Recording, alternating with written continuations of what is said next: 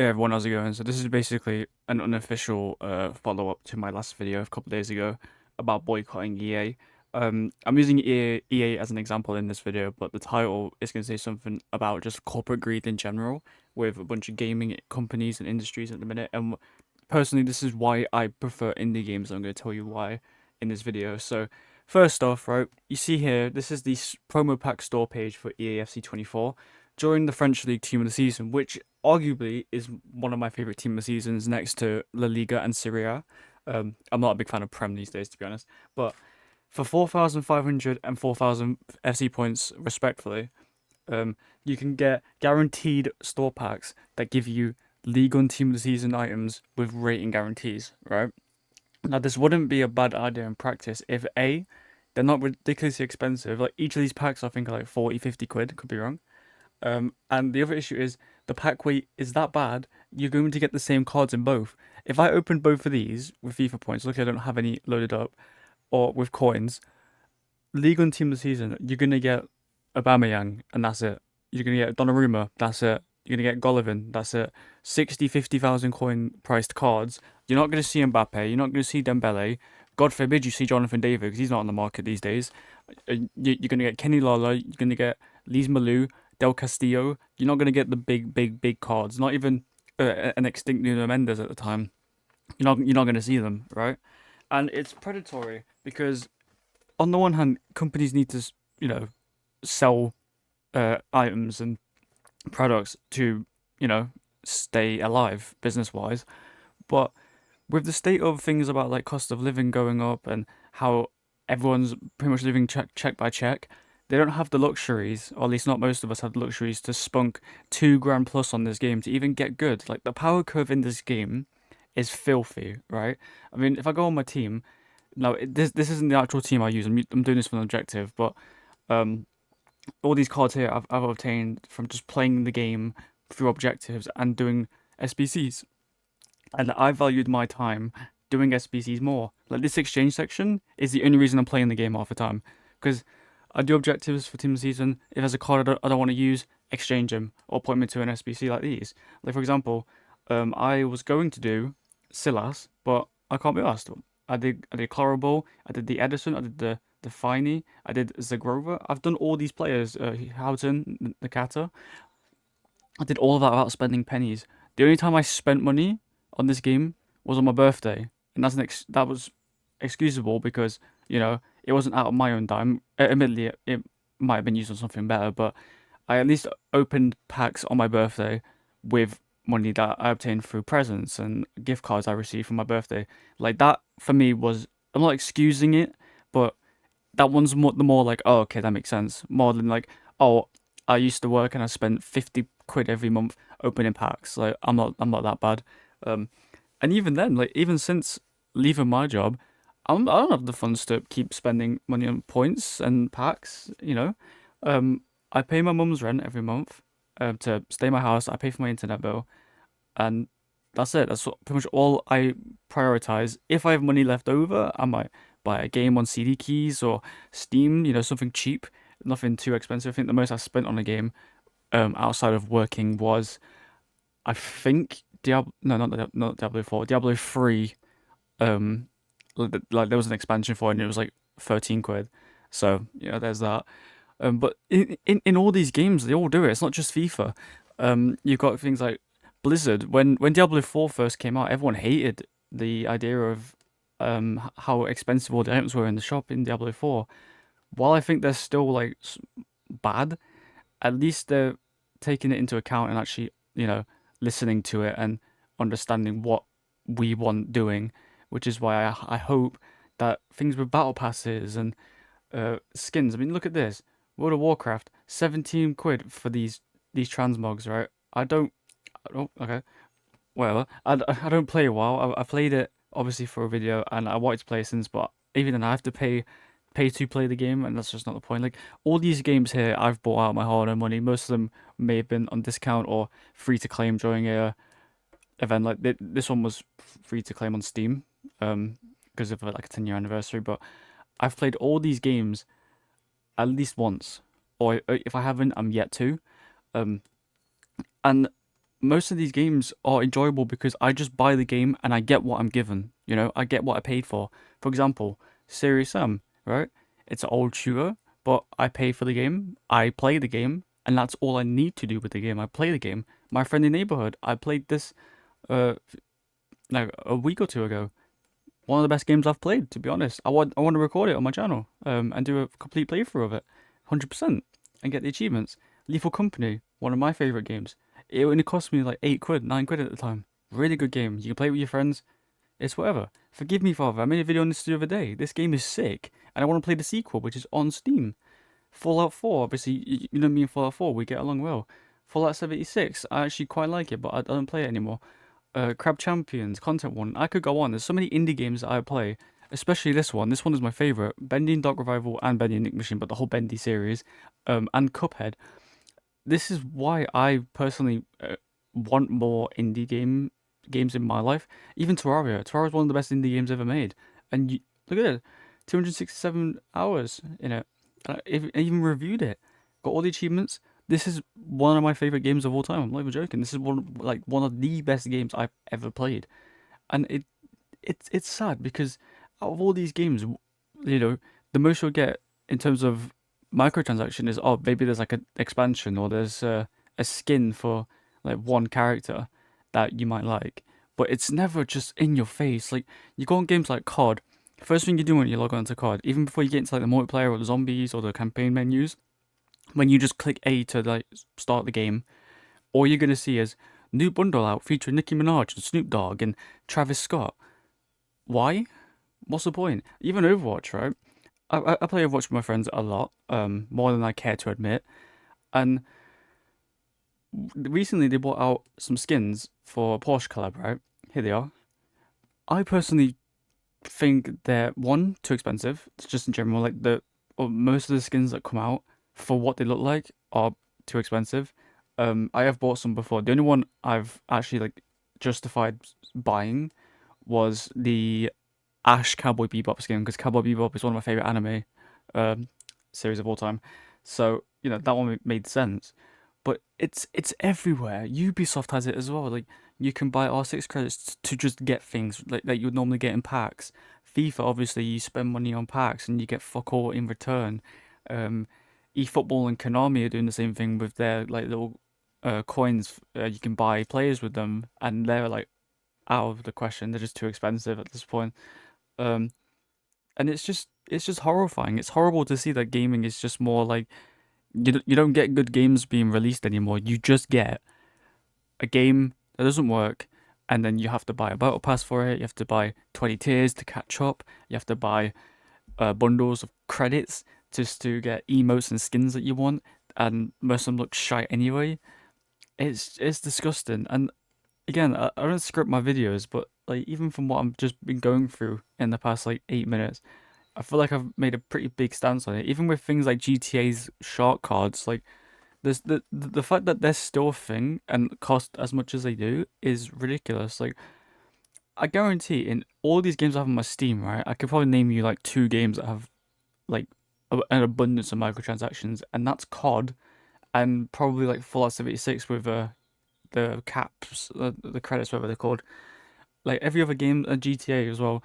Every other game is just, you buy the game, you get the game, you own the game, you play the game, it's fun, you do it again. Mortal Sin, another really cool indie game that I've played. It got an update, so I'm going to play that soon. Papers, Please is a good one. Phasmophobia is a good one. Pony Island's a really good one as well. Why can't I get that all games can't be like this, right? I get they like some of them are like franchised and sponsored, like FIFA and COD, but surely it's not that hard to at least make a good game, because that's the issue that a lot of games have. It's they make a mediocre or mid game, and then they just monetize it the fuck. At least with Diablo 4, and this is why I give Diablo 4 credit, because I'm making a Diablo 4 video anyway about the new season. Season 1 and 2 were awful in terms of just end game content, right? And the game is like 60 quid normally, but it's on sale at the minute. Um, well, obviously not for me, 'cause one, I own it, and two, I pre-ordered it. But the idea was, in season 1 and 2, it was really slow to level up.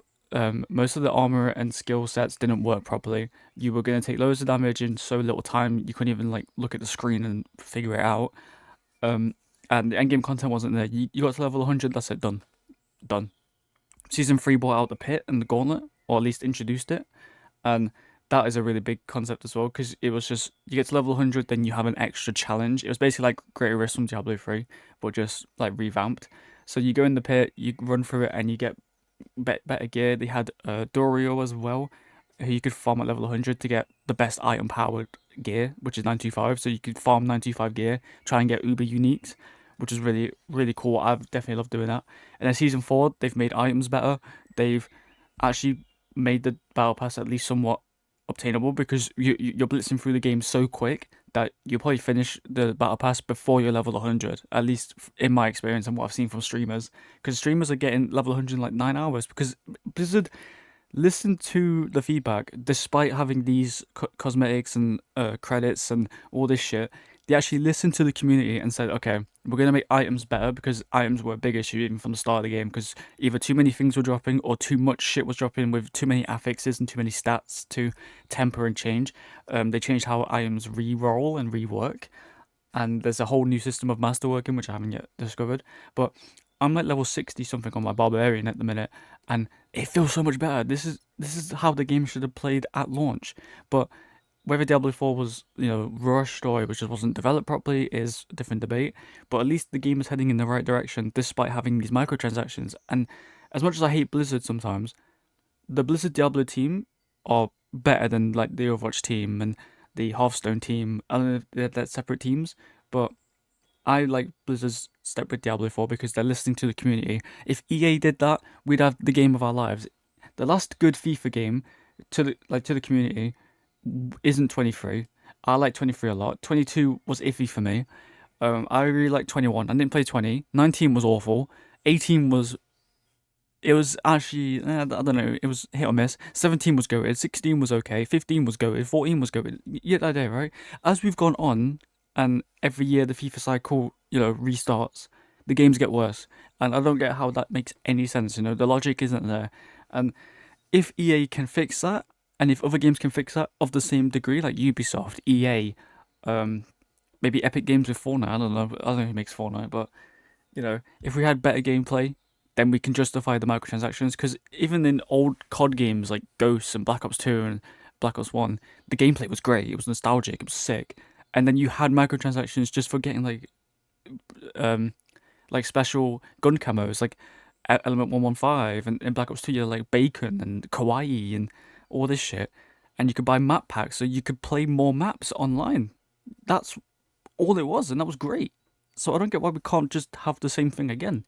You know, I grew up in an era of games where games like Minecraft and Terraria were kicking off, right? I played games like Need for Speed, Wii Party, Wii Sports, Mario Kart, Wii. I was on the DS a lot, Game Boys. Um, then when I moved to Xbox, obviously I wasn't playing like FIFA that much. I mean, I still own the games, but I got them for like Christmas presents, so I didn't spend money on it. But for an average working man, and when I start working again, I'm not going to buy the next FIFA. Are you mad? Like, why would I when the gameplay is shocking? Go play a game with loads of microtransactions in it. If you like the game, fair enough. But 9 times out of 10, there's random bullshit in the game. Servers don't work, and if servers do work, they're janky. You're gonna get kicked out the menus. You might get banned for just talking in public chats, for saying one swear word. I mean, I get the idea of moderation in games. That makes sense. But if you look recently at the scandals with someone playing Overwatch and said the word like shit or fuck and he got banned for life or something like that. It's stupid. It's actually dumb. But how many of these games have good gameplay? Even Fortnite's fell off in terms of the gameplay. Like it's not as popular as ever. But I can't play Fortnite anymore. There's too much shit in it. That one's just like, oh, every season we're going to bring out a new collab. So, when do we unironically see Rishi Sunak X Fortnite come out? It doesn't make sense. Well, I've run it for too long now, and I think as much as I hate to say it, I think that indie games are just better in general because at least then you get what you're paying for and you get what you're like. You play the game for what it is. Like that's why games like Minecraft and Terraria are so much more better and just more popular than ever before because there's mods. The community is as tight as ever. The dev teams, for the most part, mostly Terraria and Relogic, they actually listen to what the community want. They add constant updates. Minecraft snapshots are coming out. At least they're trying to keep the fan base going, and they're doing it in the right way. Even Minecraft has like mine coins on the Bedrock version, but again, that's just to compensate for the fact that console players don't have things like CurseForge for Minecraft Java because they can't do it. There are no mods for Minecraft Xbox or PS4 or Switch. So the Minecoin thing makes sense because you can buy like pretty much modded expansions or like revamped textures. They're not like all out mods with like all new mechanics. Like I've played mods like Dawncraft where it's all just combat, combat, combat. It's all like RPG fantasy. Like the Ender Dragon is buff and all this shit. At least they've got like a good balance with that. And I think if a lot of games can get that right, then the gaming scene can thrive. But we can't because all these communities are either toxic or just don't exist. And the corporations don't listen to the community for the most part. They just see the game as a cash grab. People buy the game, they complain about it, but they don't fix it. Look at EA, for example. You know, FC24 from the start of the game, I've had a hit or miss relationship with. When the gameplay is really, really good, when the servers are dead, like when you're playing at 3 a.m. and everyone's gone to sleep, or all the Americans are playing and that's it, gameplay is great. But 9 times out of 10, no, it's not. You get heavy touches, you get players just freeze when you do a skill move, the skill moves don't register. I had the issue yesterday. I was playing the Season 6 Lounge Cup for La Liga, right? Again, I whitewashed someone, and I won 6-0 in the cup, like I went 6-0. But there was a game where I was 3-0 up, and then every time I went to shoot after that, the game, my player froze. Like you can hear me like spamming B, like to shoot. He wouldn't shoot. Like, he wouldn't move his leg to shoot. Then the guy brought it to 4-3. I had to bring it to 4-4. Then it was 5-5. Then it was penalty shootout. It doesn't make sense. And I get that happens sometimes because there are bugs and not every game is perfect. But EAFC has proven that it's constant. It's just always, always, always, always going to be an issue. Even doing this objective for where is it? I'm doing this objective for like some packs here. This one. I've got one game left. And I don't want to play it.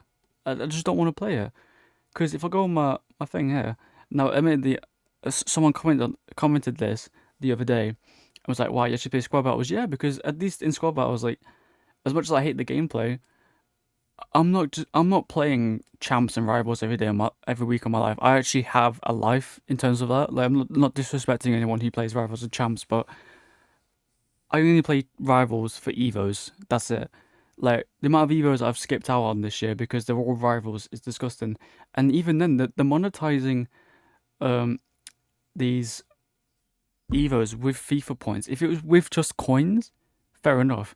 But things like midfielder plus 500 FC points. I mean, what player can I evo here? I've got no one. I wanted to evo this, but I'm not spending like £8 to evo that because what if the player's awful and I can't take it back?